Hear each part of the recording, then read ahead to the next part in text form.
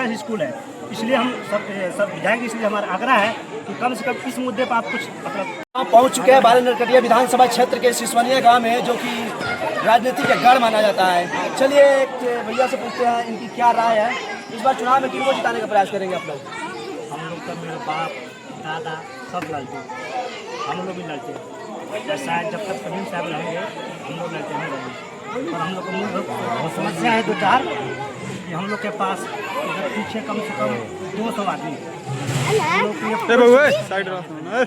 सिर्फ घर में रहो, घर में खाओ, घर में कोई रास्ता पेड़ा नहीं है। तो आपकी विशेष मांग क्या है? हम लोग की विशेष मांग है कि हमारे मतलब पूरी बंदरिया प्रखंड में इस जाटवा जिले तिरवा में कम से कम 2 चीज़ हमको समीर साहब से मांग है कि हमसे कम से कम एक कॉलेज दीजिए जो ढंग के कि गरीब के बच्चे पढ़े।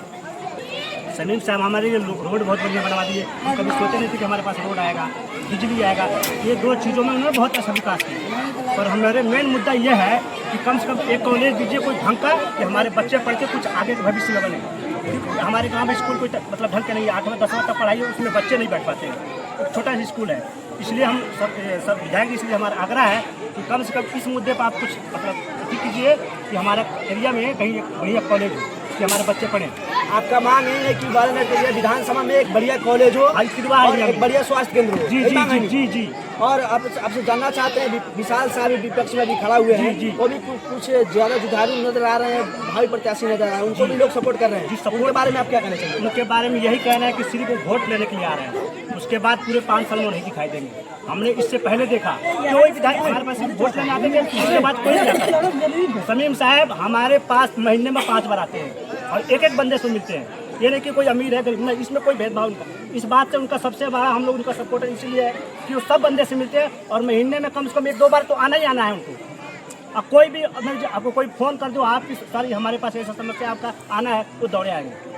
तो यानी कि आप लोग डॉक्टर शमीम अहमद के कार्य, दफ्तर के कार्यों से आप लोग बिल्कुल खुश हैं? बिल्कुल खुश है, पर यही मतलब थोड़ी सी इसलिए ना खुश है कि हमारे एरिया में सिर्फ पढ़ाई के शिक्षे के विषय में कोई उनका मतलब थोड़ा ध्यान नहीं दे। इसलिए उनका मतलब आग्रह करता हूँ उनसे हाथ जोड़कर कि सर आप इस पे विषय पे आप ध्यान दीजिए और एक कॉलेज दीजिए कोई ढंग का कि हमारे बच्चे आगे भविष्य में मतलब पढ़ के कुछ अच्छा बने। क्योंकि स्कूल से हम लोग कुछ नहीं कर सकते, हमारे स्कूल में इतना हम लोग सशक्त नहीं है कि हम पढ़वा लें अपने बच्चों को कोई बढ़िया जाकर प्राइवेट स्कूल में। हम लोग सरकार के बदौलत ही हम लोग कुछ कर पाएंगे, हमारा बच्चा बगैर सरकारी स्कूल से कुछ नहीं कर पाएगा। जी, आपका मांग बिल्कुल जायज़ है और मांग इसी प्रकार से उठनी चाहिए, तभी युवा और अपने क्षेत्र का विकास कर पाएंगे आप लोग।